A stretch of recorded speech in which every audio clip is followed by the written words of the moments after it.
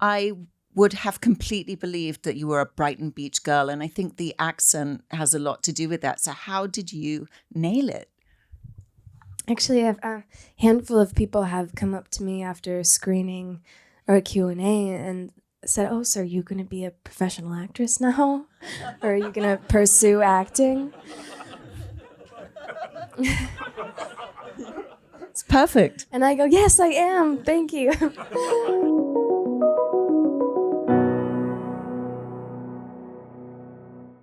Mikey, one of the things that I think is most impressive about this performance is how completely unlike Anora Ms. Mikey Madison is.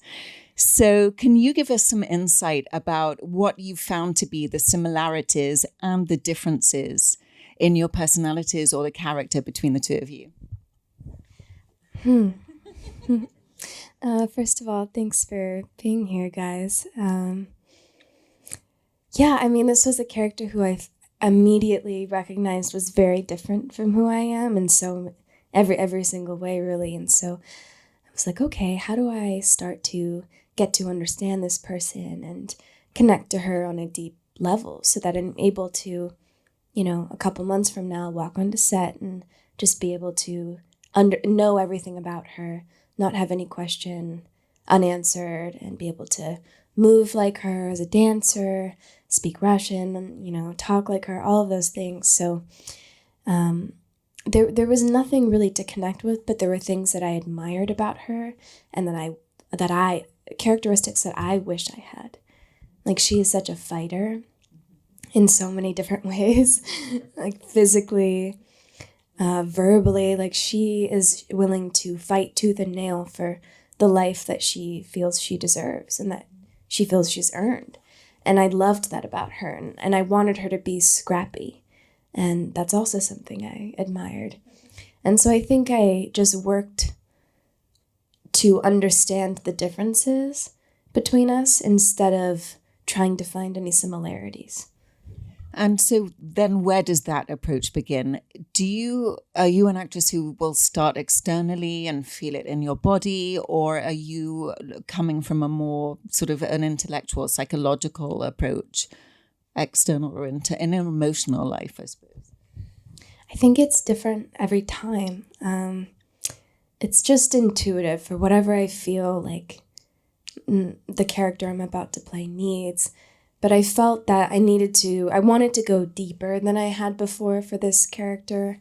And I think it was an interesting exercise for me as an actor to do all of these things. And so I would start small in each different place because I was doing some pretty significant dance training for multiple months.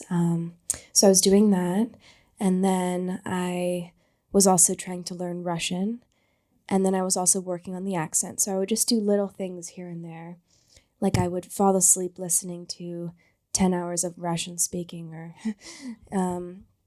I would, work on the accent. And then there came a point where I was like, I think I just need to understand the emotionality of this character, get to know who she is, what her morals are.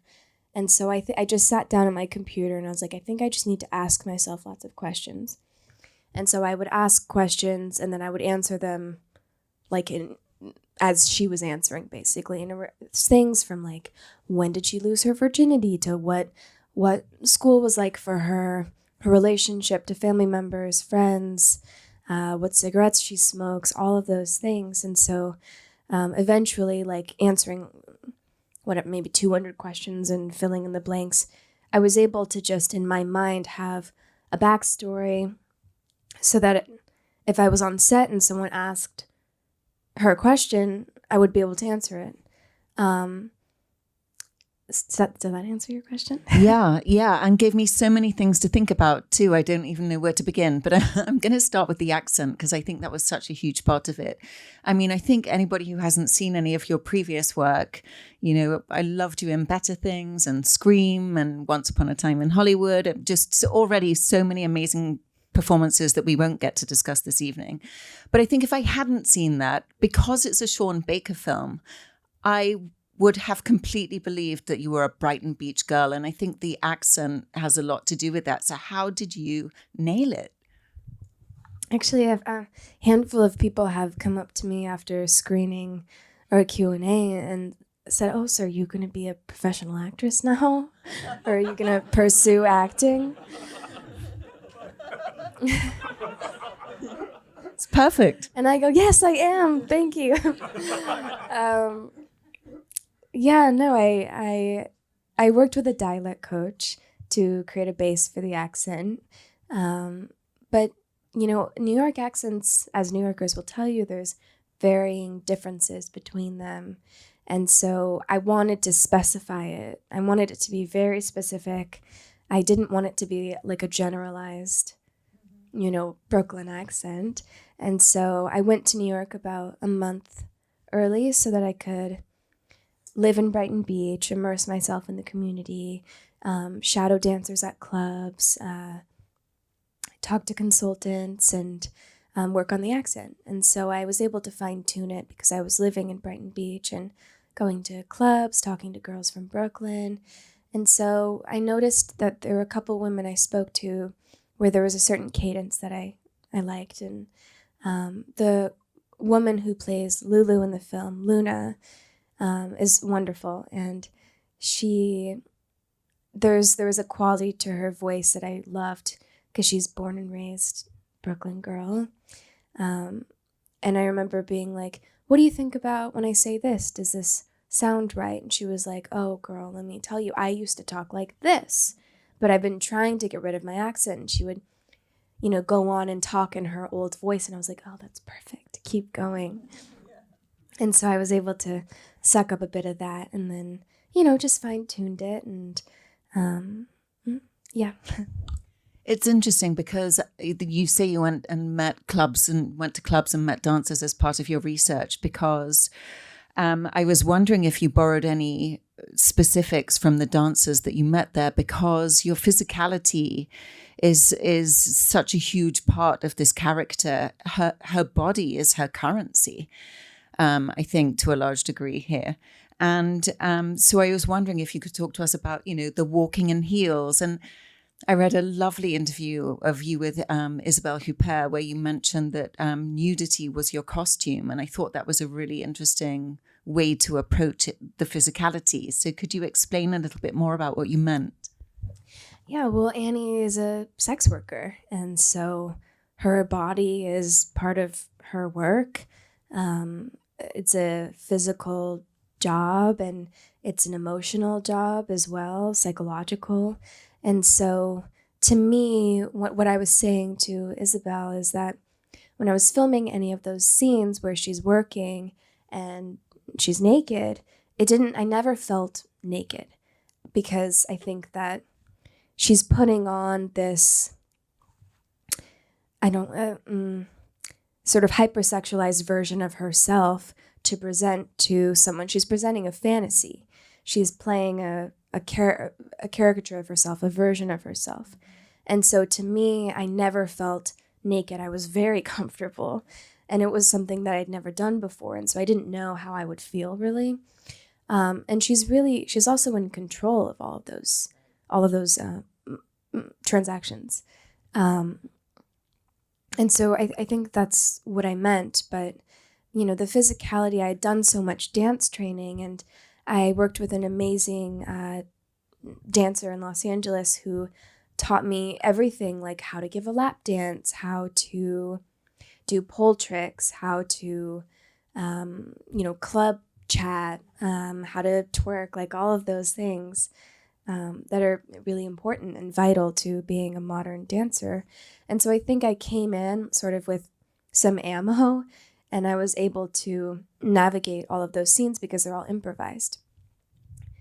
That's amazing that they were improvised. And it's so interesting because that montage of the beginning where you're with so many different men, it's almost like your relationship with each of them is different, and that was all improvised.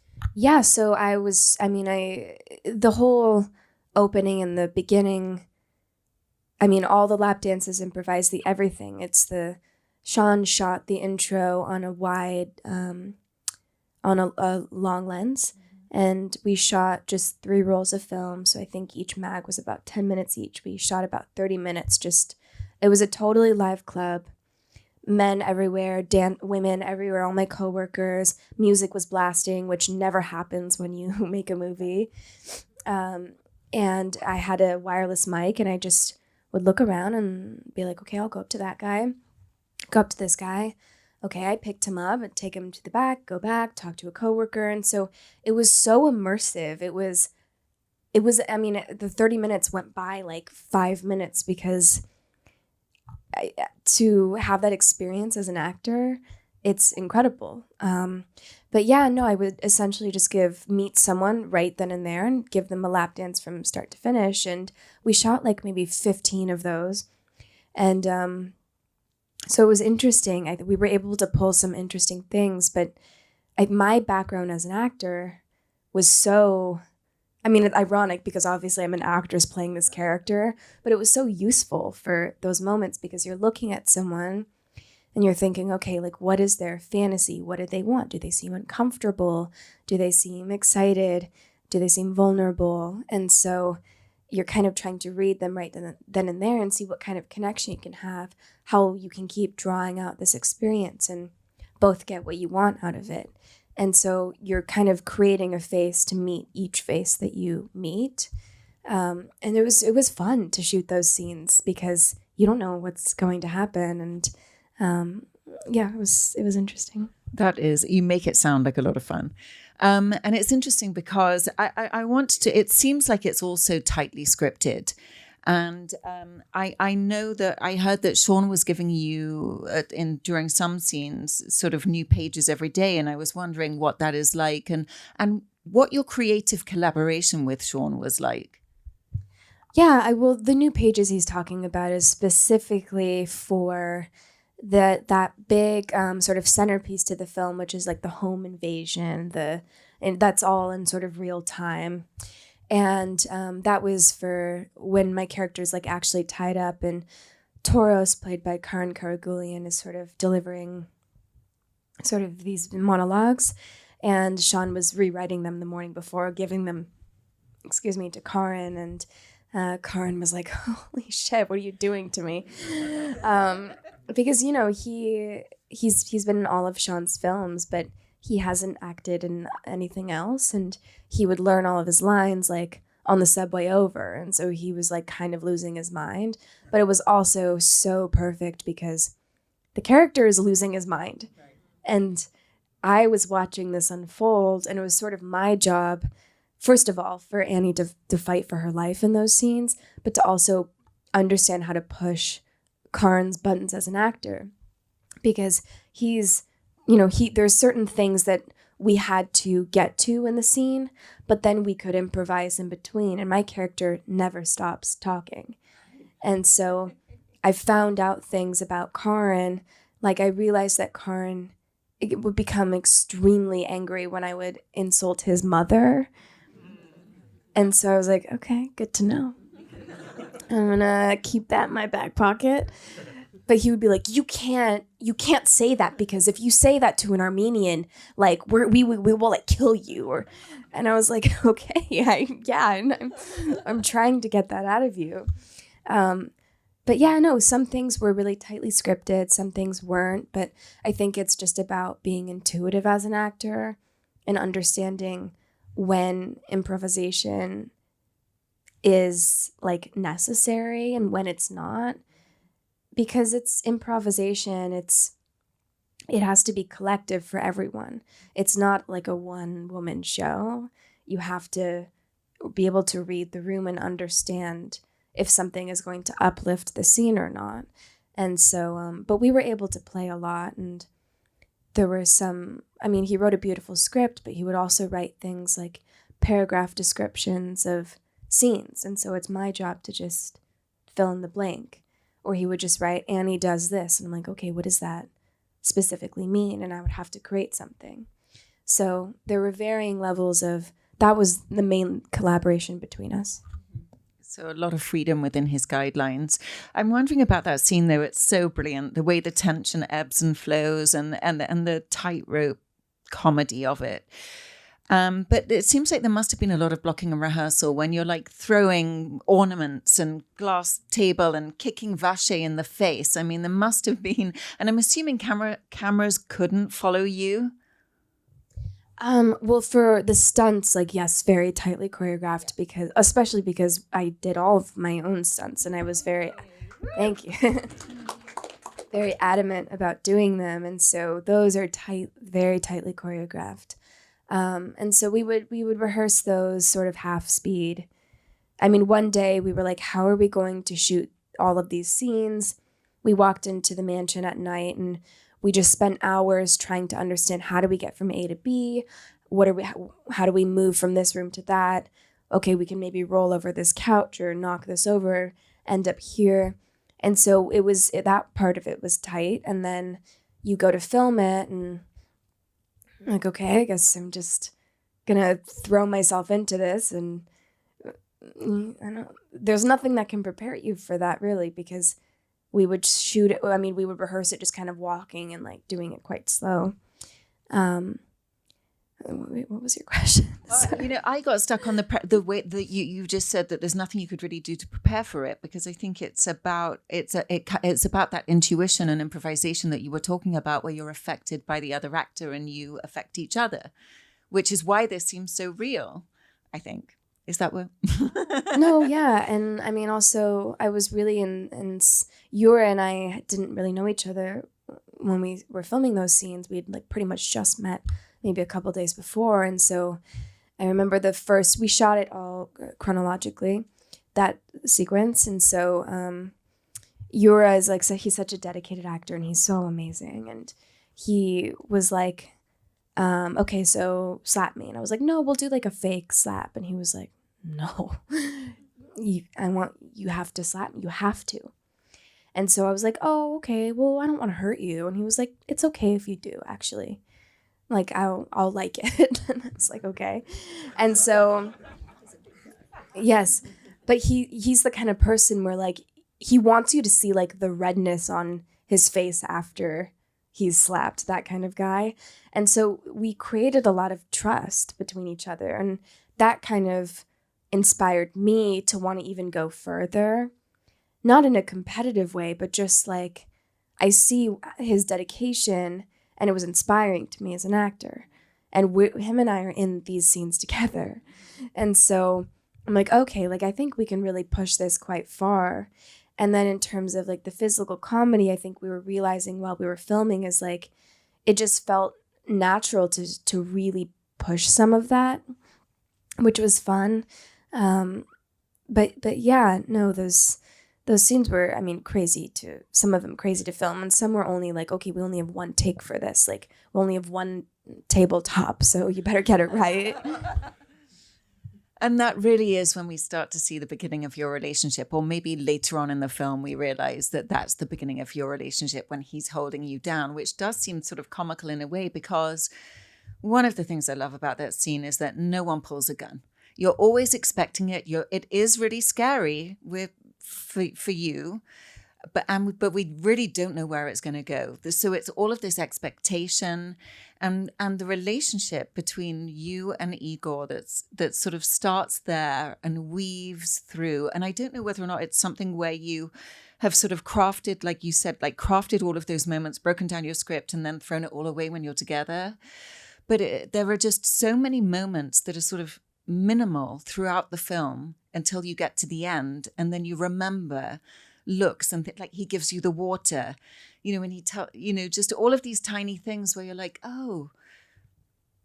And then of course it brings us to this like incredible final scene between the two of you. So maybe you can tell us a little bit about how the two of you weaved that relationship together when he's, all of the scenes, Vegas, before you get to that culminating scene. Yeah, I mean, he's an amazing actor and such a kind person to work with. We were really lucky on this film that there wasn't like a weak link. Everyone was really happy to be there and just like lovely to work with. But him especially, and he's a very immersive actor. I mean, he wore his costume every single day. I never saw him out of it. Even when we would like take trips to like Woodstock and we're in the woods, he would be in the sweatpants. And but yeah, he, you know, you can do all of the internal work before shooting and like dissect the script and the characters and their relationship, but you have to throw it away or just sort of have it in the back of your head when you get there, because I could never have imagined the character that you were brought to life would what I read on the page. I'm trying to articulate this, but only Yura is able to do that, I think. He's such a one-of-a-kind actor, but the way that he played the character was different than I had anticipated, and so obviously that changes how I feel about him and how Annie feels towards him. And the biggest thing is that his eyes were always on me. I always felt his eyes on me. In scenes, not in scenes, all the time. He was always there. He was always taking care of me. I mean, like I was in small injuries, like I twisted my ankle and he wrapped it for me. I broke my whole pinky nail off, like the acrylic nail and the nail. And he carried a bottle of like medical glue in his pocket and would like glue it every morning and night. So he was just, and I know he's also a nice person, but it was this very specific choice on his part. He was just sort of like there to, and I recognize that. And Annie, I think because of the work she does, is an intuitive person. Like she can read men. She knows that in some way he's intrigued by her, but she's pushing that away because that is not her. It's not her main focus right now. Like she has more important. Her life is being torn away from her. Her dream is being torn away from her, like you said. And so, but it is interesting. I mean, it's often. I always hate saying like watch the movie again, but like watch it again, because on a second watch there's so much more to unpack, like because Yura will be in the corner of the frame and there's so much that he's doing there. It's so interesting to watch that, because you're watching and you're looking in the center of the frame, but when you look off you see all of this life between Yura and Annie, and there's so many unseen glances that happen. And so the chemistry just happened naturally, but he's like such a easy person to have that with. He's so kind and like alluring and interesting, and so it was so easy. It's a twist. I don't know if I should give it away, but you know, it's a twist at the end when he presents you with something in the car where we have sort of a big realization. I think it's a really, really brave, bold ending to a film. Like you lean into all of these complicated emotions. We've just been on this massive, epic journey with you. And we understand in some way all of these like complex things you're dealing with. And in the last 3 minutes of this film, you land it. How did you do that? Yeah, that was the scene I was so nervous about, because it was like towards the end of filming and I would always see it on the schedule and I'd be like, oh, okay, that's in 4 weeks. I don't have to worry about it now. But every time I would see it, it would kind of like give me a stomach ache a little bit. And so, I mean, obviously, eventually we needed to shoot it, and Yura and I had created so much trust, but it's such an intimate scene to shoot. It's like very vulnerable and embarrassing and all of those things. And we had tried to shoot it so many times, like for 3 days, I think, but something was always wrong. Like the light was too bright, or the snow looked weird, or it was too public of a street.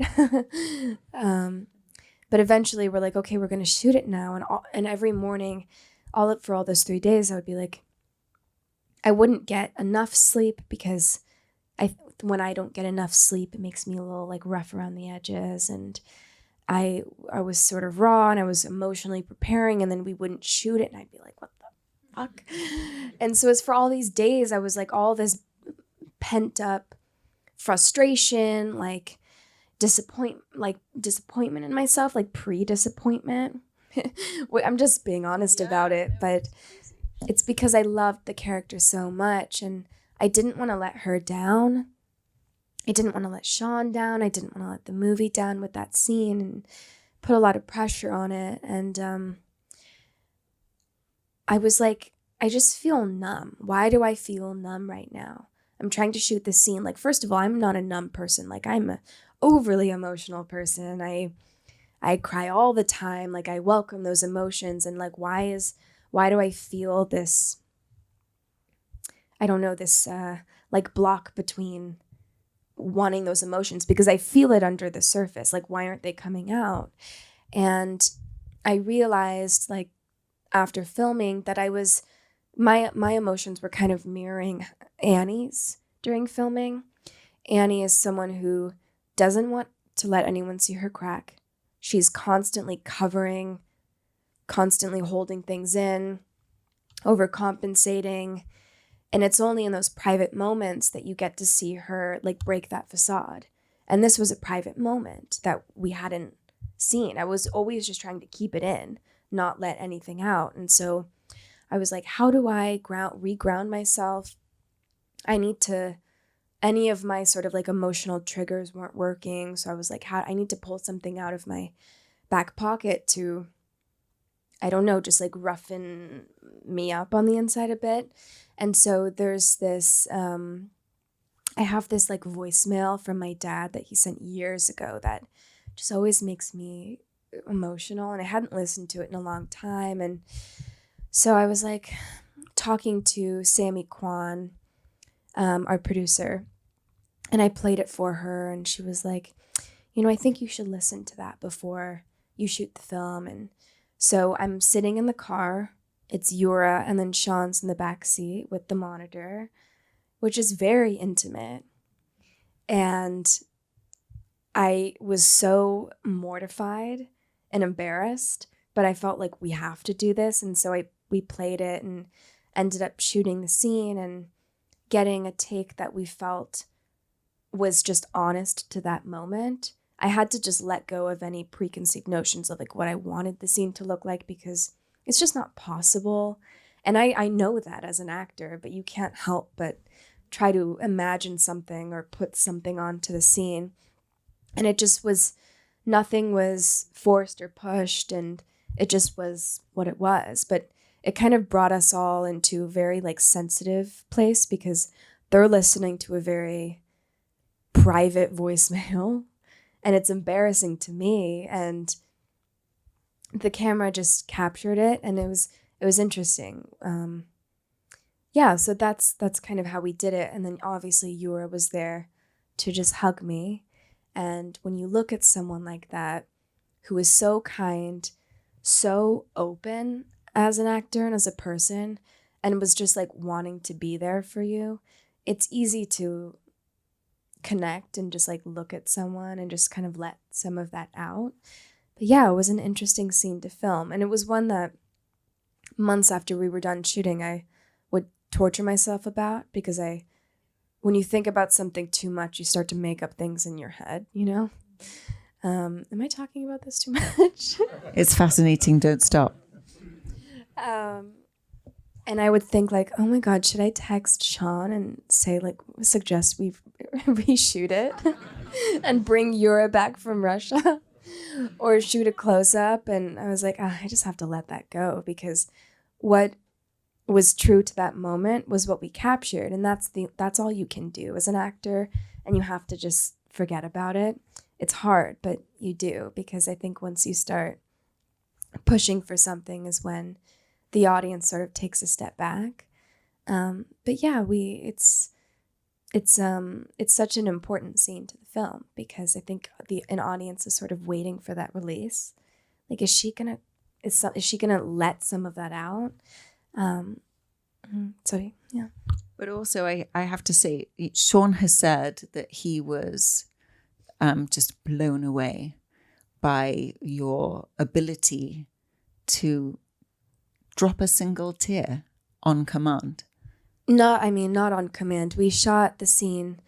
I don't know how to do that. Maybe some actors do, but there would be scenes or takes that we shot because it's all one take. And I would think, oh, that felt like so honest. And Sean would be like, okay, yes. But I was only crying out of my right eye. And my right eye is like laid down on Yura's chest so you can't see it. And Sean's like, well, we need tears coming out of your left eye. And I'm like, all right, well, I guess we just keep trying until some comes out of the left eye. I don't know how to make that happen. And there was so much crying, and I was crying in between takes too. And eventually one just fell and we got it. Bravo. Just bravo.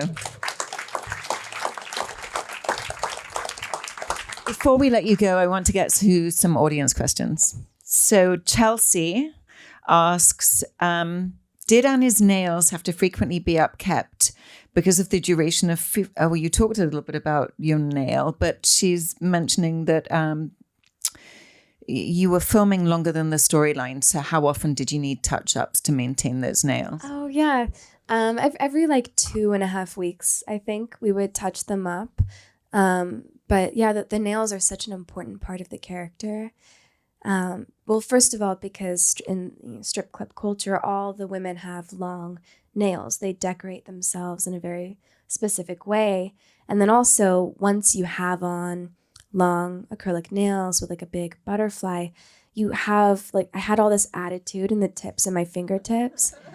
And you find yourself like, I'm already kind of I talk with my hands a lot, but you start like picking things up differently. You start moving your hands, and you sort of, it changes of your physicality. So yeah, we would change them every couple of weeks. It's true, the physicality. So Brandon Rodriguez is asking, back to the fight scene. You scream a lot in this film. How did you protect your voice? I've screamed in a couple films, and maybe I was just a little younger, and so I had that kind of stamina. But on this one, I was like, I feel that my voice is gonna go. Like right now, my voice is pretty much lost. I sound a little raspier than usual, but I was starting to sound like this, and I was like, okay, I think just try to preserve it during certain takes, like where you're not seeing it. And so I would just make the motion or have a different sound come out of my mouth just to preserve that, so that we get the best sounding screams on each take that we need it. Yeah. And that really is a hilarious scene in the movie when you and Igor are screaming at each other. From Yaron. Is there a difference in your approach playing a character who you see parts of yourself in versus a role where the psychology and personality is totally unfamiliar? And he says, P.S. I love your work. Well, thank you. I don't feel that I've yet to play a character that I feel is like close to home. I've always felt that I've been very different from the characters I've played, and I think that's been because it's been unconscious in a way, maybe, of there's a reason why I'm cast in roles that are very different from me. But I'm very curious about what that would be like. I would like to play a character that is similar to me. I think it would be interesting and vulnerable, and I'd be able to feel something different. So I honestly don't know. I've yet to understand what it's like to play someone close to Mikey. And no one will know because you're a chameleon. So last question, what attracts you most to a role? Is it always the script, maybe the director or the genre, or is it just the role that you'll be playing in particular? I think it's a little bit of all of those things. And I mean, at this point in my career, there's certain things that I like to look for. Like if I'm reading a script and I start to picture it in my head, or I start to sort of like read some of the lines out loud, that's kind of an indication that I'm feeling something towards it. I think it has to be, you have to feel that you will trust the director. And then there has to be something about the character and maybe something interesting about someone you get to work with. So I think it's a little bit of everything. But, you know, I've also, like, earlier in my career, I've taken roles, you know, to cut my teeth on something, and you know, or I've played characters that were on the page maybe more one-dimensional, but I always would see that as a challenge for me. Like, okay, how do I take this character and make her as complex and interesting as possible? How do I take this, I don't know, like, sassy girl character or sister or whatever, and bring it to life in a real way? And so I've done a whole bunch of different things, but now I don't know, I just look for something that calls to me. It's hard to say exactly what it is. Well, we can't wait to continue watching all of your roles. Thank you so much for talking to us about this one. Thank you. Thank you guys so much. I appreciate it.